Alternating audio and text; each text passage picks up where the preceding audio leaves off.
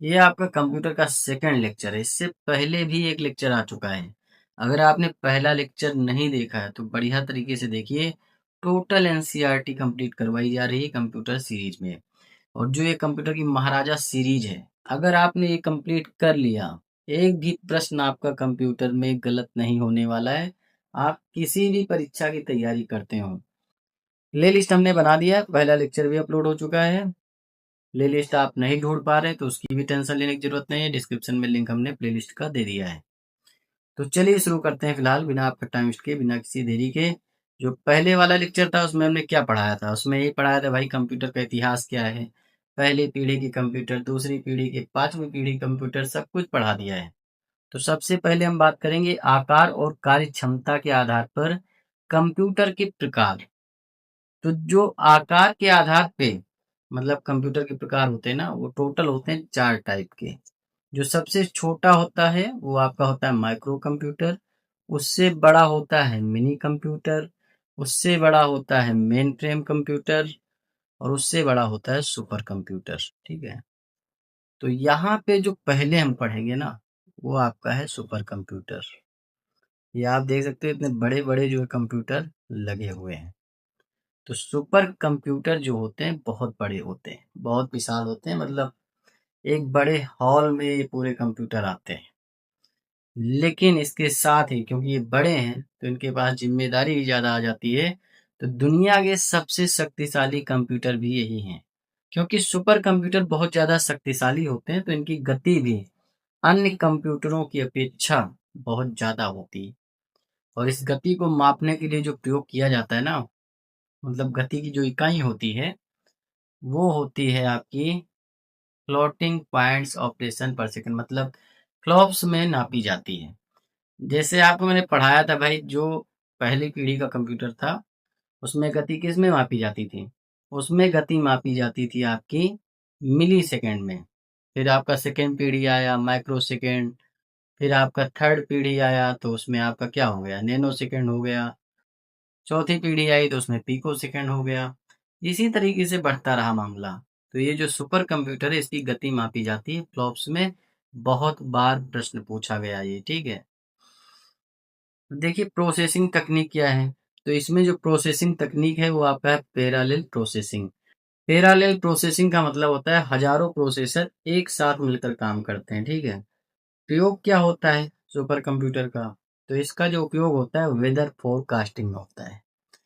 मौसम के पूर्वानुमान के बारे में जानकारी जो हमें मिलती है वो किससे मिलती है? सुपर कंप्यूटर के जरिए से मिलती है।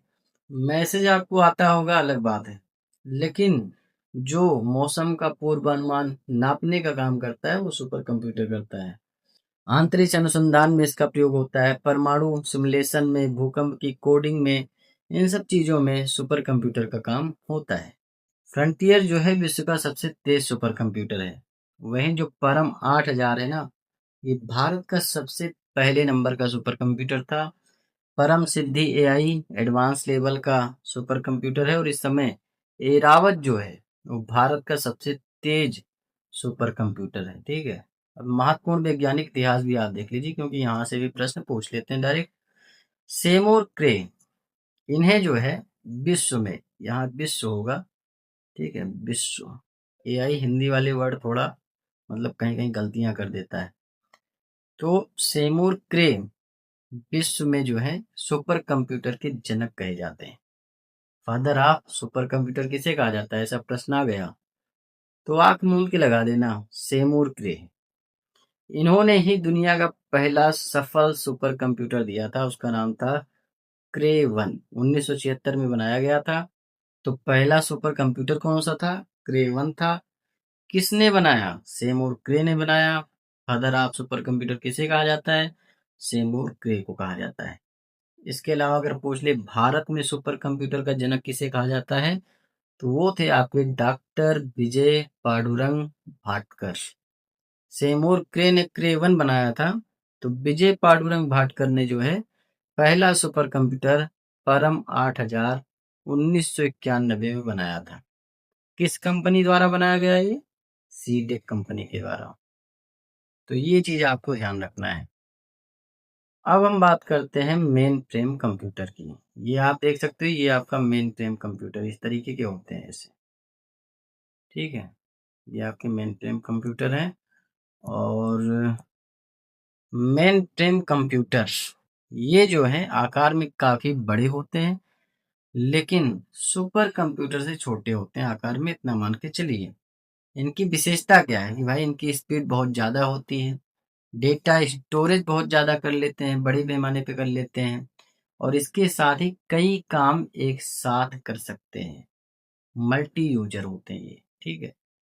ये सैकड़ों या हजारों यूजर्स को एक साथ संभाल सकते हैं, मतलब सैकड़ों या हजारों यूजर्स एक साथ इन पर काम कर सकते हैं। कहने का मतलब ये है, जैसे आप देखते हैं बड़ी बड़ी कंपनियां होती हैं, बैंक आप देख लीजिए, मतलब बड़ी कंपनियां छोड़ दीजिए, बैंक जो आप देखते हैं ट्रांजैक्शन होता रहता है, तो इनका एक जगह जो है मेन फ्रेम कंप्यूटर स्टोर रहता है, और जो ये काम करते हैं उसमें वो सारा डाटा पहुंचता रहता है।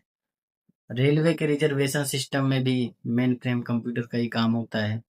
बीमा कंपनियों में, सरकारी डेटाबेस में तो ऐसे क्वेश्चन पूछ लेगा कि भाई रेलवे रिजर्वेशन सिस्टम में किस प्रकार के कंप्यूटर का प्रयोग किया जाता है, तो आंख मूंद के लगा देना मेन फ्रेम कंप्यूटर। ये मत लगा देना कि भाई डेस्कटॉप का प्रयोग करते हैं, ठीक है। बैंक में किसका प्रयोग होता है? मेन फ्रेम कंप्यूटर का होता है। बीमा कंपनियां कैसे कंप्यूटर का प्रयोग करती हैं? मेन फ्रेम कंप्यूटर का प्रयोग करती हैं। किस लिए करती हैं? डाटा स्टोरेज के लिए, मल्टी यूजर काम के लिए, तो ये सारी चीजें हैं। तो याद रखना भाई, मेन फ्रेम कंप्यूटर जो होता है सुपर कंप्यूटर से छोटा होता है और मिनी कंप्यूटर से बड़ा होता है। मेन फ्रेम क्रांति की शुरुआत करने का श्रेय जो है जिन एम्डा हल को दिया जाता है, जिन्होंने आईबीएम कंपनी में रहकर प्रसिद्ध आईबीएम सिस्टम 360 आर्किटेक्चर डिजाइन किया था। अब देखिए यहाँ पे जो महत्वपूर्ण मेन फ्रेम कंप्यूटर हैं देख लो भाई। IBM 370 क्या है? एक मेन फ्रेम कंप्यूटर है। IBM S390 भी एक मेन फ्रेम कंप्यूटर है। यूनिवेक 1110 भी आपका मेन फ्रेम कंप्यूटर है। अब हम बात करते हैं मिनी कंप्यूटर की।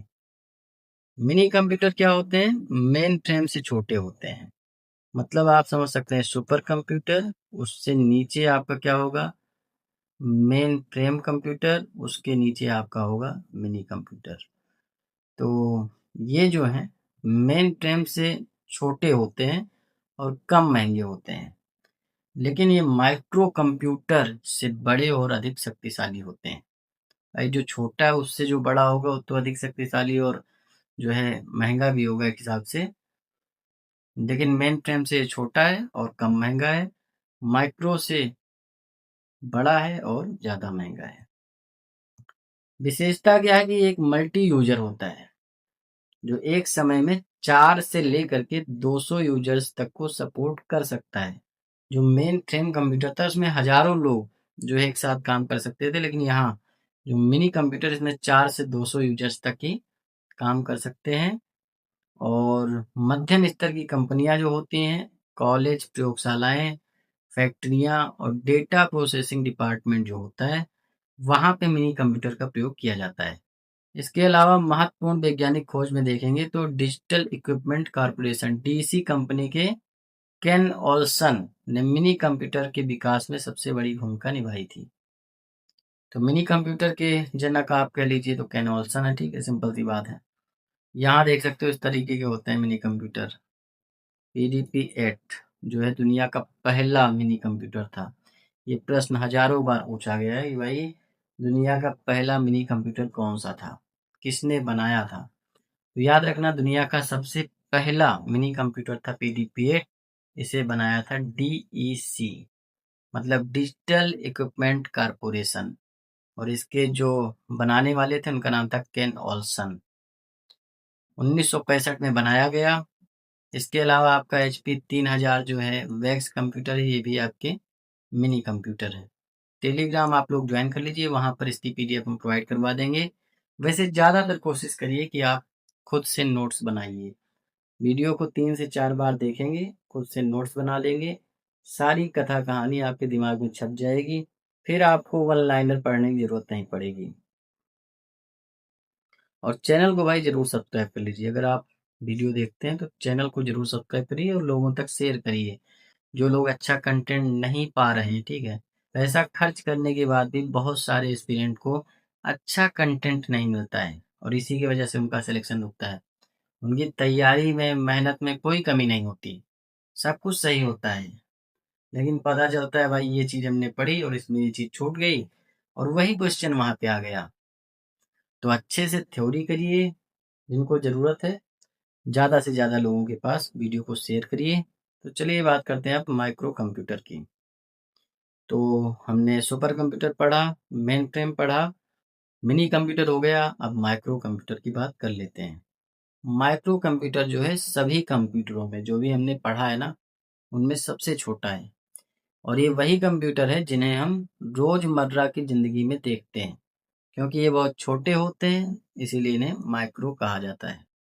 और इसलिए भी माइक्रो कहा जाता है क्योंकि इसमें माइक्रो प्रोसेसर चिप का प्रयोग होता है। माइक्रो प्रोसेसर चिप का प्रयोग किस पीढ़ी के कंप्यूटर से शुरू हुआ था, ये आपको बताना है कमेंट सेक्शन में। ये एक सिंगल यूजर कंप्यूटर होता है, मतलब सिंगल आदमी यूज करेगा इसका।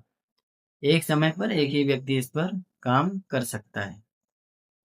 यहाँ देख सकते हो जो भी यहाँ आपका डेस्कटॉप होता है, लैपटॉप होता है, ठीक है, टैबलेट होता है, मोबाइल होता है, ये सब क्या है? ये सब आपका माइक्रो कंप्यूटर में आता है। ये सभी आपके माइक्रो कंप्यूटर है। डेस्कटॉप में आपका सीपीयू अलग होता है, ठीक है, मॉनिटर अलग होता है, कीबोर्ड अलग होता है। लैपटॉप में जो है सब जुड़ा होता है, सीपीयू वगैरह और सब कुछ इसी में रहता है। जो लैपटॉप है मतलब पोर्टेबल कंप्यूटर है, इसके आविष्कार जो किया था वो किया था एडम ओसबर्न ने, ठीक है, तो ये भी ध्यान रखना आप। अब यहाँ देख सकते हो एड रॉबर्ट्स, ठीक है, एड रॉबर्ट्स जो थे, इन्हें पर्सनल कंप्यूटर का जनक कहा जाता है। इन्होंने ही पहला सफल कमर्शियल पीसी अल्टेयर 8800 बनाया था। तो अल्टेयर 8800 किसने बनाया था? वो बनाया था आपके एड रॉबर्ट्स ने बनाया था और ये जो है सबसे पहला कमर्शियल पीसी था, मतलब जिसे आप कहते नहीं, पर्सनल कंप्यूटर। टेड हॉप के बारे में जान लीजिए। इन्होंने इंटेल कंपनी में दुनिया का पहला माइक्रो प्रोसेसर इंटेल 4004 बनाया, जिसके जरिए से ही माइक्रो कंप्यूटर बनना संभव हुआ। जैसे आपका आईसी चिप्स था, उसका जो आविष्कार किया जेम्स किल्बी ने किया था और रॉबर्ट नोयस भी थे उसमें। तो उसी तरीके से माइक्रो प्रोसेसर का आविष्कार किसने किया? टेड हॉफ ने। अब देखो यहाँ पे परीक्षा के लिए कुछ गोल्डन रूल्स हैं आपके भाई। परम जो है, परम श्रृंखला के कंप्यूटर भारत में सीडेक पुणे द्वारा बनाया जाता है। सीडेक कंपनी है, कहाँ है? पुणे में है। तो उसके द्वारा परम सीरीज के कंप्यूटर बनाए जाते हैं। भारत में सुपर कंप्यूटर के जनक कौन है? Doctor Vijay Bhatkar. Mini computer को अक्सर मिड रेंज सर्वर भी कहा जाता है। मिनी कंप्यूटर जो कि आपको पता है कहाँ यूज होते हैं, छोटी कंपनियों में यूज होते हैं और 4 से लेकर 200 लोग एक साथ उस पे काम कर सकते हैं।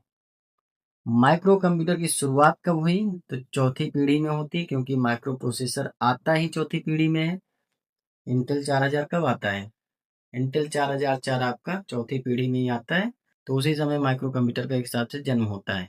इसके अलावा पीसी का जनक किसे कहा जाता है? एड रॉबर्ट्स को कहा जाता है। अल्टेयर 8800 इन्होंने खोजा था। लैपटॉप का आविष्कारक किसे कहा जाता है? एडम ऑसबर्न को कहा जाता है। माइक्रो प्रोसेसर की शुरुआत आपकी कब हुई? 1971 में micro processor chip Ted half के द्वारा निर्मित किया गया, जिसका नाम था इंटेल 4004। जो भी माइक्रो कंप्यूटर होते हैं सिंगल यूजर होते हैं। अब माइक्रो कंप्यूटर के भी प्रकार होते हैं। ऐसा नहीं कि भाई सिर्फ माइक्रो कंप्यूटर आपने एक पढ़ लिया। माइक्रो कंप्यूटर के प्रकार के बारे में भी आपको पढ़ना पड़ेगा। जो सबसे पहला प्रकार है माइक्रो कंप्यूटर का वो आपका है पीसी, यानी पर्सनल कंप्यूटर। इसमें आपका मॉनिटर अलग होता है, कीबोर्ड अलग होता है, सीपीयू अलग होता है, यूपीएस अलग होता है, तो उसे कहा जाता है पीसी। और पीसी में जो है बहुत सारे काम होते हैं भाई, जैसे डॉक्यूमेंट बनाना, गेमिंग, इंटरनेट चलाना, ये सब होता है, आपको पता है। फिर वही सारी चीज़ें यहाँ पे दे दी गई हैं। पर्सनल कंप्यूटर के जनक हैं एड रॉबर्ट्स और 1974 में अल्टेयर 8800 बनाया था। आईबीएम कंपनी ने अपना पहला पीसी जो बनाया था, आईबीएम मॉडल 5150, जब उतारा इन्होंने, ठीक है, 1981 में उतारा था।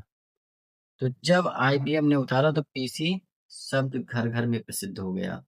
जो अल्टेयर 8800 था, इस तरीके से दिखता था। डेस्कटॉप कंप्यूटर आप देख सकते हो, ये पर्सनल कंप्यूटर का ही ग्रुप है जिसे किसी मेज या डेस्क पर रखा जा सकता है। जो पीसी बताया था तो अल्टेयर 8800 इस तरीके का होता था। तो डेस्कटॉप कंप्यूटर लाया गया जो कि डेस्क पे रखा जा सकता है, और इसमें कीबोर्ड मॉनिटर सब अलग अलग होता है, और ये एक जगह से दूसरी जगह ले जाने योग्य नहीं होता है। इसके सभी भाग जो होते हैं, सीपीयू, कैबिनेट, मॉनिटर, कीबोर्ड, अलग अलग होते हैं। इसके बाद जो माइक्रो कंप्यूटर में एक आपका और आता है वर्क स्टेशन, ठीक है। वर्क स्टेशन इस तरीके का होता है कुछ, वही मतलब जो आपका डेस्कटॉप होता है उसी में वर्क स्टेशन गिना जाता है।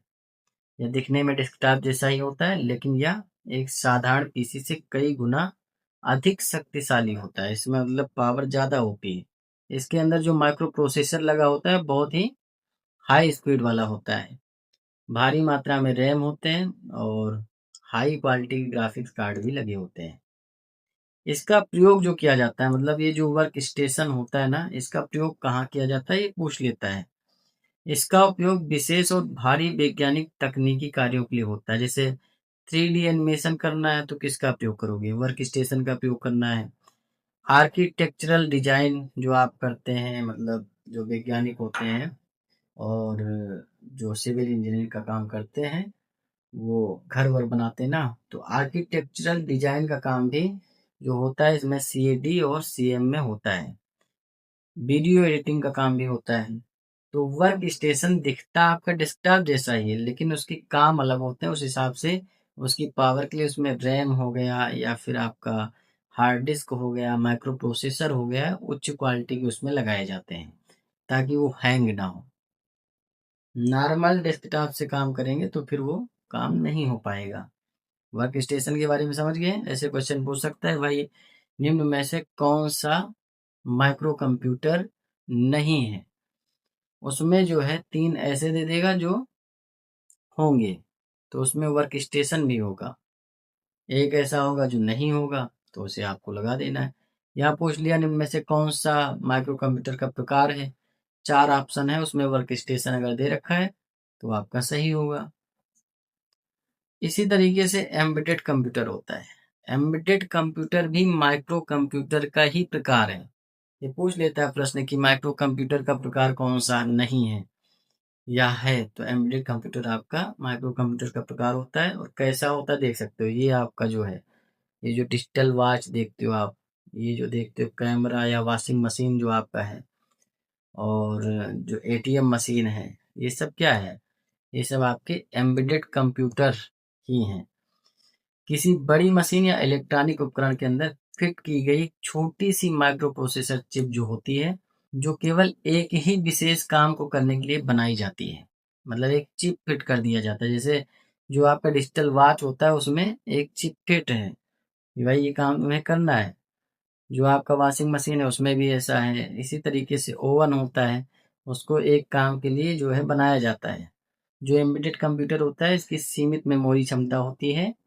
इसके अंदर लोड फिक्स्ड सॉफ्टवेयर को फर्मवेयर कहा जाता है, जो रोम में स्टोर होता है। मतलब पहले से सब फंक्शन उसमें बता दिया गया होता है, भाई तुम्हें ये करना है। और जो आप ये लोड फिक्स्ड सॉफ्टवेयर होता है इसमें, वो आपका फर्मवेयर कहलाता है। उदाहरण के लिए देख सकते हो, smart watch, washing machine, microwave, ATM machine, गाड़ियों का anti lock braking system, ABS जो होता है, ये सब क्या है? एम्बेडेड कंप्यूटर है आपका। तो ऑप्शन ऐसे देगा कि भाई निम्न में से कौन सा एम्बेडेड कंप्यूटर का प्रकार नहीं है? तो ये सब हैं, इनको आपको याद रखना है। लैपटॉप आपको पता ही भाई, लैपटॉप का यूज आप करते हैं। एक पोर्टेबल और आसानी से ले जाने योग्य पर्सनल कंप्यूटर होता है। इसे गोद में रख के आप चला सकते हैं, सिंपल सी बात है। इसमें सीपीयू, मॉनिटर, कीबोर्ड और रिचार्ज होने वाली लिथियम आयन बैटरी एक ही यूनिट में फिट होती है। पूरा सब कुछ एक में। दुनिया का जो पहला सफल कमर्शियल लैपटॉप था, ऑप्शन 1 1981 में आया था और जिसे एडम ऑसबर्न ने बनाया था। इसीलिए इन्हें लैपटॉप का जनक कहा जाता है। नोटबुक जो होता है आपका, ये लैपटॉप का ही एक पतला और हल्का रूप होता है। जो एप्पल का आप देखते हैं, एप्पल मैकबुक एयर, जिसकी परफॉर्मेंस बहुत अच्छी होती है। तो ये आपका नोटबुक होता है। इसके अलावा नेटबुक जो होता है, ये भी बहुत ही छोटा और सस्ता होता है, जिसे मुख्य रूप से केवल इंटरनेट चलाने और हल्के-फुल्के काम के लिए डिज़ाइन किया जाता है। इसकी प्रोसेसिंग पावर थोड़ा कम होती है। टैबलेट जो होता है आपको पता है, ये भी लैपटॉप और स्मार्टफ़ोन के बीच का एक पोर्टेबल डिवाइस है। इसमें कोई फ़िज़िकल कीबोर्ड नहीं होता है। मतलब टैबलेट आपका किसमें आता है? माइक्रो कंप्यूटर में आता है, लेकिन कीबोर्ड इसमें नहीं होता है और ये पूरी तरीके से टच स्क्रीन तकनीक पर काम करता है। ऑन टॉप या पीडीए की बात करें तो ये हथेली पर रखकर चलाया जाने वाला बहुत छोटा कंप्यूटर है। जैसे आप देखते नहीं, जो क्रेडिट कार्ड लेकर काटते हैं जब आप पेट्रोल भराने जाते हैं, तो सब क्या है? ऑन टॉप है। मतलब हाथ पे रखकर चलाया जाने वाला कंप्यूटर। जो पैसे निकालने जाते हैं आप जन सेवा केंद्र वगैरह पे, तो वहां भी ऐसा ही होता है। इनपुट के लिए इसमें कीबोर्ड की जगह एक पेन जैसी स्टिक दे दी जाती है इसे, और जिसे स्टाइलस कहते हैं, और इसी के जरिए से सब काम होता है। पीडीए का जो फुल फॉर्म होता है, ये पूछ लेता है। Personal digital assistant. स्मार्टफोन जो आपका है ना, ये भी क्या है? ये भी एक तरीके का माइक्रो कंप्यूटर है। इसमें खुद का एक ऑपरेटिंग सिस्टम होता है और एंड्रॉयड या आईओएस हो सकता है, और ये कंप्यूटर के लगभग सभी कार्य कर सकता है। अब यहाँ जो है क्विक रिवीजन आप कर सकते हैं भाई। इंटेल 4004 1971 में टेड हॉफ ने निर्मित किया और इसी चिप के कारण माइक्रो कंप्यूटर का जन्म होता है और चौथी पीढ़ी में होता है। फर्मवेयर आपका एम्बेडेड सिस्टम के रोम में स्टोर फिक्स्ड निर्देशों का सेट होता है। इसके अलावा जो स्टाइलस होता है, पीडीए या टैबलेट पर लिखने के लिए इस्तेमाल होने वाला पेन। अब बात करते हैं भारत में सुपर कंप्यूटर का इतिहास क्या है। इतिहास ये है कि भारत 1987 में अमेरिका से कहता है, भाई हमें भी एक सुपर कंप्यूटर दे दो, जो पैसे वैसे लेने हैं ले लो, क्योंकि मौसम पूर्वानुमान के लिए हमें चाहिए। उड़ीसा तट पे, बंगाल तट पे बहुत ज़्यादा जो है तबाही आती है। तो अगर हमें समय रहते पता चल जाए कि भाई तूफान आने वाला है, ठीक, बाढ़ आने वाली है, तो हम बहुत सारे लोगों की जान बचा सकते हैं। तो मौसम पूर्वानुमान के लिए अमेरिका से क्रे एक्स एमपी सुपर कंप्यूटर मांगा था, लेकिन अमेरिका ने परमाणु कार्यक्रम में उपयोग के डर से मना कर दिया कि भाई हम नहीं देंगे, तुम अभी इसका जो है परमाणु कार्यक्रम में उपयोग करोगे, ये सब नहीं है। तो इन्होंने मना कर दिया। तो फिर क्या हो? तो भाई हम खुद बना लेंगे। तुम नहीं दोगे तो क्या, ऐसा थोड़ा है कि काम ही नहीं होगा। कोई काम रुका है आज तक? धरती पे कोई काम नहीं रुका। तो हुआ क्या कि भाई 1988 का दौर आता है। 1988 का जो दौर आया ना, इसमें सीडेक की स्थापना हुई और पुणे में जो है, सीडेक का मुख्यालय कहाँ है? पुणे में उन्नत कंप्यूटिंग विकास केंद्र की स्थापना की गई और भारत का पहला सुपर कंप्यूटर इसी सीडेक ने बना दिया। कब बनाया? 1991 में। इसका नाम क्या था? परम 8000। तो परम 8000 भारत का पहला स्वदेशी सुपर कंप्यूटर था। ठीक है, लेकिन ये भी ध्यान रखना है कि भाई जब मांगा था तो क्या मांगा था? अमेरिका से क्रे एक्स एमपी नाम का सुपर कंप्यूटर मांगा गया था। हम पैसे दे रहे थे, ऐसा नहीं फ्री में ले रहे थे, लेकिन उसने परमाणु कार्यक्रम का हवाला देकर मना कर दिया। भारत में सुपर कंप्यूटर की जनक विजय पांडुरंग भाटकर हैं और सीडेक के प्रोजेक्ट का नेतृत्व इन्होंने ही किया था। अब देखिए, राष्ट्रीय कंप्यूटिंग मिशन एनएसएम कब स्टार्ट हुआ? ये आपका अप्रैल 2015 में स्टार्ट हुआ। तो स्टैटिक पोर्शन भी कंप्यूटर से इसमें जुड़ के चलेगा। ऐसा नहीं कि हम सिर्फ ये पढ़ा देंगे भाई ये हो गया बस। स्टैटिक पोर्शन भी इसमें जोड़ा गया है। तो अप्रैल 2015 में एनएसएम यानी national super computing mission start हुआ 4500 करोड़ के बजट के साथ। जो इस मिशन की नोडल एजेंसियां थी, मतलब जो इसको चला रही थी, वो थी आपकी मेटी, मतलब इलेक्ट्रॉनिक्स और सूचना प्रौद्योगिकी मंत्रालय। इसके अलावा विज्ञान और प्रौद्योगिकी विभाग, department of science and technology. Implementation कौन कर रहा था? तो इसका जो काम कर रहा था आपका सीडिक पूरे कर रहा था, और आईआईएससी बेंगलुरु, ये दोनों मिलकर जो है एनएसएम प्रोजेक्ट को आगे बढ़ा रहे थे। ठीक है। एनएसएम का पहला कंप्यूटर था परम शिवाय, जो कि 2020 में आया और आईआईटी बीएचयू में स्थापित किया गया। तो ये पूछ सकता है कि भाई जो एनएसएम मिशन स्टार्ट हुआ 2015 में, उसका पहला सुपर कंप्यूटर कौन सा था? तो आपको आंख मूंद के बता देना है भाई, परम शिवाय था, और 2020 में आया और आईआईटी बीएचयू में लगाया गया।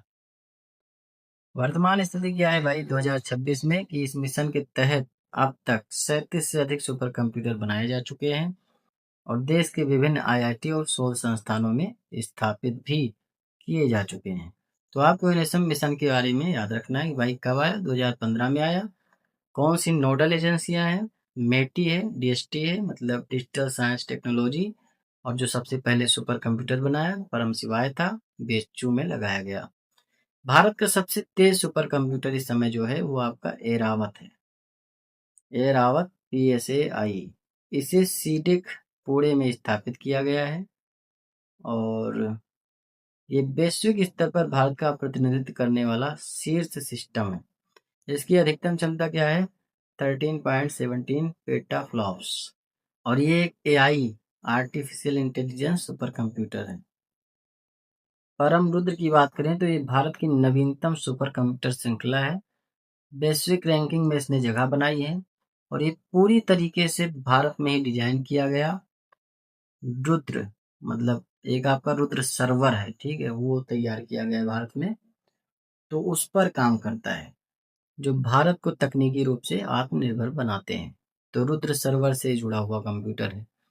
परम शक्ति जो है, हाल ही में आईआईटी मद्रास में 3.1 पेटाफ्लॉप्स क्षमता वाले परम शक्ति सिस्टम को स्थापित कर शोधकर्ताओं के लिए उपलब्ध कराया गया है। अन्य नाम भी देख सकते हो जो सुपर कंप्यूटर से रिलेटेड हैं। परम सिद्धि आई सीडिक पुणे, प्रत्यूष आईआईटीएम पुणे मौसमपुर बनमान के लिए, मिहिर NCM-RWF नोएडा मौसमपुर बनमान के लिए लगाया गया है। परम प्रवेगा IISC बेंगलुरु। इसके अलावा परम अम्बा जो है वो राष्ट्रीय स्वास्थ्य और कृषि आई प्रोजेक्ट के लिए बनाया गया है। तो इसको ध्यान रखना, एक बार सरसरी निगाह से देखना इसलिए इम्पोर्टेंट है, क्योंकि क्वेश्चन ऐसे पूछेगा भाई निम्न में से कौन सा भारत का सुपर कंप्यूटर नहीं है। अगर आपने एक बार देख रखा है भाई परम अम्बा है, तो परम अम्बा अगर है तो आप ये नहीं सोचेंगे कि परम अम्बा नहीं हो सकता, है तो है, क्योंकि आपने पढ़ रखा है। तो परम प्रवेगा, परम अम्बा, ये सब क्या है? सुपर कंप्यूटर हैं।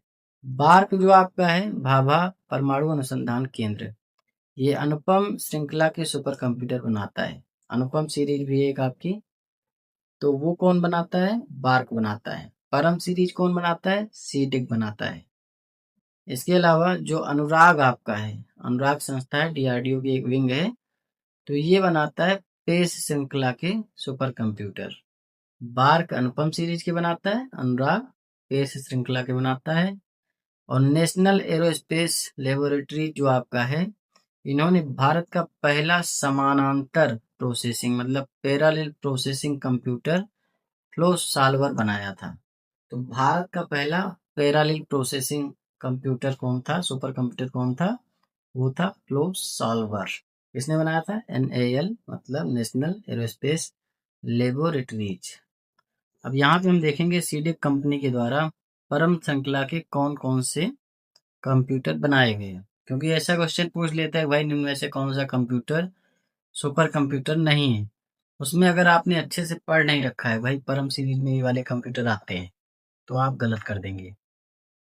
अब यहाँ पे देखिए, जो परम 8000 था 1991 में बनाया गया, भारत का ये पहला स्वदेशी सुपर कंप्यूटर था। अमेरिका ने जब मना कर दिया था सुपर कंप्यूटर देने से, तो ये बनाया गया था और विजय भाटकर ने बनाया था। इसके बाद परम 8600 आता है 1992 में, और ये परम 8000 का उन्नत रूप था। परम 9000 1993 में आता है। परम 10,000 जो है ये आता है 1998 में। फिर परम पद्मा आता है 2003 में। कभी कभी क्रम में लगाने को भी दे देते हैं, कौन सा कंप्यूटर पहले आया कौन सा बाद में आया, या ये पूछ लेंगे परम पद्मा कंप्यूटर कब जो है सीडे कंपनी द्वारा विकसित किया गया, तो 2003 में। और यहाँ देख सकते हो इनकी स्पीड वगैरह दे रखी है। परम 9000 की 5 फ्लॉप्स थी। परम 10,000 की 38 फ्लॉप्स।